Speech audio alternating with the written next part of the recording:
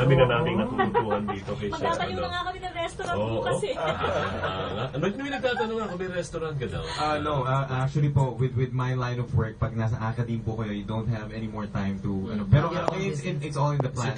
It will be a big dream of mine, my own restaurant. Alright.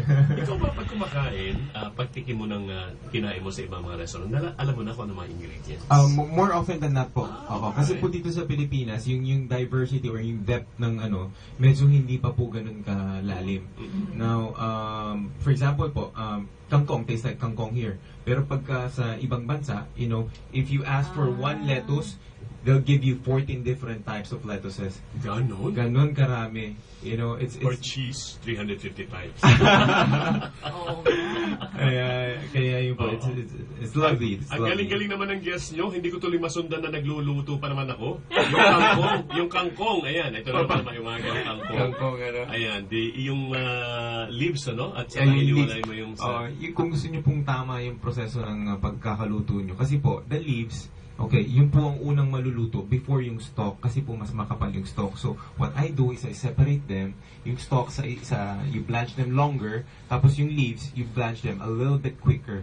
So, sabi ko nga, di ba, you always salt the water. Kasi po, that is the only way to preserve the chlorophyll doon sa leaves. Doon sa green. Yung green color. The green color, yung chlorophyll that gives the green color of the And then, ilalagay mo sa malamig na iced water. Iced water to stop the cooking process. It's a very simple technique. If we can do it in the restaurant, you can do it at home. Tapos i-drain mo na gano'n. Drain mo, tapos mawala yung tubig. Yes, tapos if not too watery. Tapos i-press mo pa. Press mo konti, tapos from there, pwede nyo lagyan ng ilagay sa plate very nicely, yung mga stalks na nakahiwa, tapos ilalagay nyo on top yung, and then you put fried garlic on top. Fried garlic. O kaya, pwede mo lagyan ng oyster sauce na lulutuin mo. Nilalagay mo ng tubig at konting sugar. Exactly. Or if you want po, simpleng toyo dissolve again in a little bit of water, then after nalagyan mo ng konting sugar para at least salt, sugar, it's playing in your taste buds. Natatawa ako kasi nabanggit yung chlorophyll na preserve the greenness pag may salt yung water. Naisip ko, kaya pala maalat yung ulan.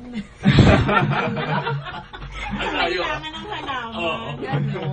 Diniligan ng Pwede rin ba mag-apprentice ang food tech graduate to become a chef? Actually, I have so many apprentices po nung nasa hotel pa po ako.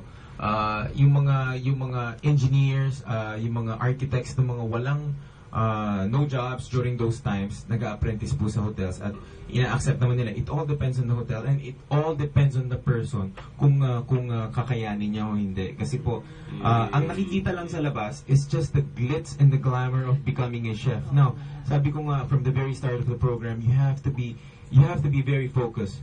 Our job is very, very tiring. It's physically exhausting. And we have no social life. I'm very lucky to have a girlfriend that's very understanding kasi nasa industry din siya as well. So with this kind of job, it's all about serving the people first before you. So I'm very lucky. I'm happy to hear that. God first before you. Exactly.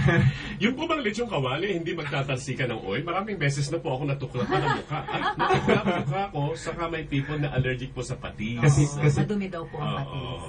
I see. Opo, kasi po you need to pinabubulok nga muna yung yes, you have to ferment that.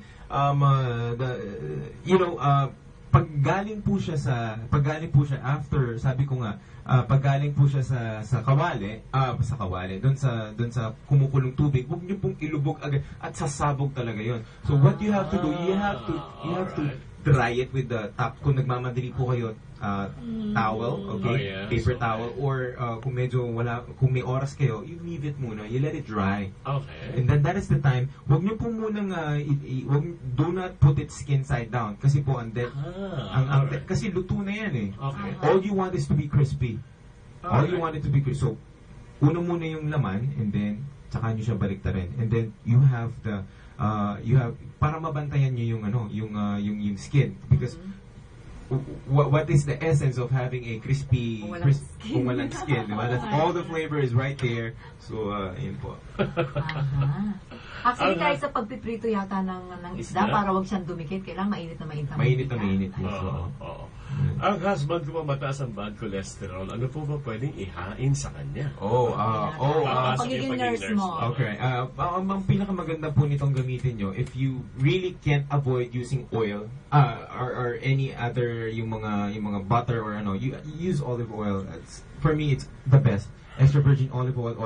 Or you can do, katulad po ngayon, I'm on a very strict diet kasi po medyo tumataas na rin yung cholesterol ko because of all the food that I'm tasting. Steaming number one, steaming, boiling, or yung katulad ng blanching. Those are the techniques po para ma-lessen of use ng oil, and then you add just a little bit of that salt kasi nga po, if you are high in sodium, it takes water retention siya, so you get a little bit more bigger at magiging na-retain yung mga tubig sa katawan, so it's bad. So you add a little bit of salt, and then crack fresh pepper or pepper lang, okay, pampalasa. Pepper naman walang Nagtatanong siya, di malamig na daw yung gulay pag isinerve after blanching kasi yes, exactly. So now what do you do? So that yung malamig na yon, it's ready to serve, di ba po? Ang gagawin nyo, mag-init kayo ng kawali. Okay, mag-init kayo ng kawali. You add a little bit of oil, tapos maglagay kayo ng bawang, o kung ayaw nyo ng fried garlic, saute kayo ng garlic, tapos tsaka nyo ilagay doon, gisa, tapos ilagay nyo yung kasama na yung oil? Yung oil, di ba? Tapos yung sauce na gusto nyo, yung oyster sauce, isama nyo doon, igisa, tapos ilagay sa plate, sandaling-sandali lang, kasi luto na yon before you serve it. So on the spot, you have a hot, di ba? Yung niluluto, yung ba yun? Kinakain ni Papa, pitchin. Spinach. Tapos may mga puti-puting garlic. Ang sarap nun. Mahal-mahal pa. Na ganyan. Mayaman po mga Chinese. Does this mean expensive yung 1-year course niya sa Chiang Kai-shek School? Hindi po. Umiiling si Lincoln.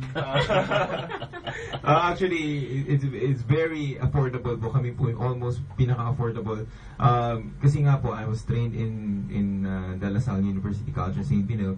So, ang may expect nyo po na training doon sa Chiang Kai-shek College from Pinil as well. Wow. Kasi doon po ako galing. So, you get the best of both worlds. So, ayun. Thank you for the question. Yung isa, nandoon na siya sa internet cafe at hinahanap niya kanyang website. Thank you. Hinahanap ka na. Boy. Maganda po ang topic nyo dahil natututo po ako sa pagluluto. Ano po ulit yung website at ang title ng Easy Cookbook na nyo po? Mabilis po magsalita ang bisita nyo. Ayan, ano po ang course na nakuha po nila? HRIM. Pangasinan ng Dagupan City. Grace po ng Pangasinan. Hello, Grace. My course is again that HRIM, Hotel Restaurant Institution Management, and Bachelor of Science in Nursing. Ibo.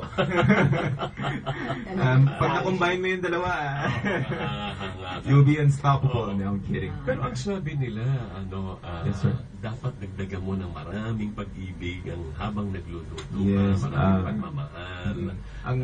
Ano ito? Ang ibig sabihin po nun, if you put a lot of love, okay, for example po itong, may sira po yung pagkain, or may sira yung gulay, ay, para pamparami, i-add na lang natin. But if you do it with love, you do it with a lot of pride, tatanggalin mo yung mga, yung mga madudumi, okay, you wash it very well. You do it with a lot of love. That's what I've learned from my lola. My si Lola, gusto natin igas dito si Lola. Nasa stage siya. Skype natin. Yung lola ko pong isa nandito sa Pilipinas with me. And then you wash, for example, if you want to serve yung skin ng potatoes. Alam mo, ang maganda doon?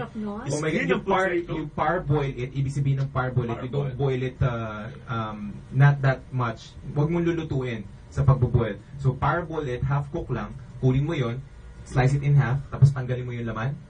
Okay? Tanggalin mo yung laman, and then after which, i-bake mo siya sa oven. And then yung mash, yung laman niya, you cook it with a little bit of cream, tapos butter, tapos cheese, tapos ibalik mo doon sa bake. And then you have baked potatoes, and then bacon bits on top. My God, ang sarap po nun. Just try to imagine that. Na-imagine ko nga, nandun na nga kami dito, nakakainis naman. Pagkain talaga, no, ang lahat nagsasama-sama, di ba? Oo. Pag pinag-usapan ng Bonding moment pagkain. yan, pagkainan eh. Oo. Exactly. At nangyayari yan sa inyong bahay. Opo, actually po, the only way with our busy schedule po, my mom is a pharmacist po. Pharmacist po sa... Si Dan. Si Daddy is a businessman po. Alright. And Ilang kayo magkakapatid? 3 po. Si At ikaw ang Mervin, Uy, at si Apple Uy. Hello. Ikaw ang kuya? Ako po ang kuya. My sister is now studying at Benilde as well, IHM. Yung pangalawa po graduate na rin. Doon din po sa school ngayon. Ano kaya ang kinakain ni Mark? Ano kaya mga paborito niya sa kabila ng napakaraming pagkain sa kanya? At paano nagdadasal ang isang cook at nurse at the same time? Mga kaibigan, sasagutin po yan ang ating panauhin. Samantala, may pagbabalitang muli si Mariana Valles Pulgo.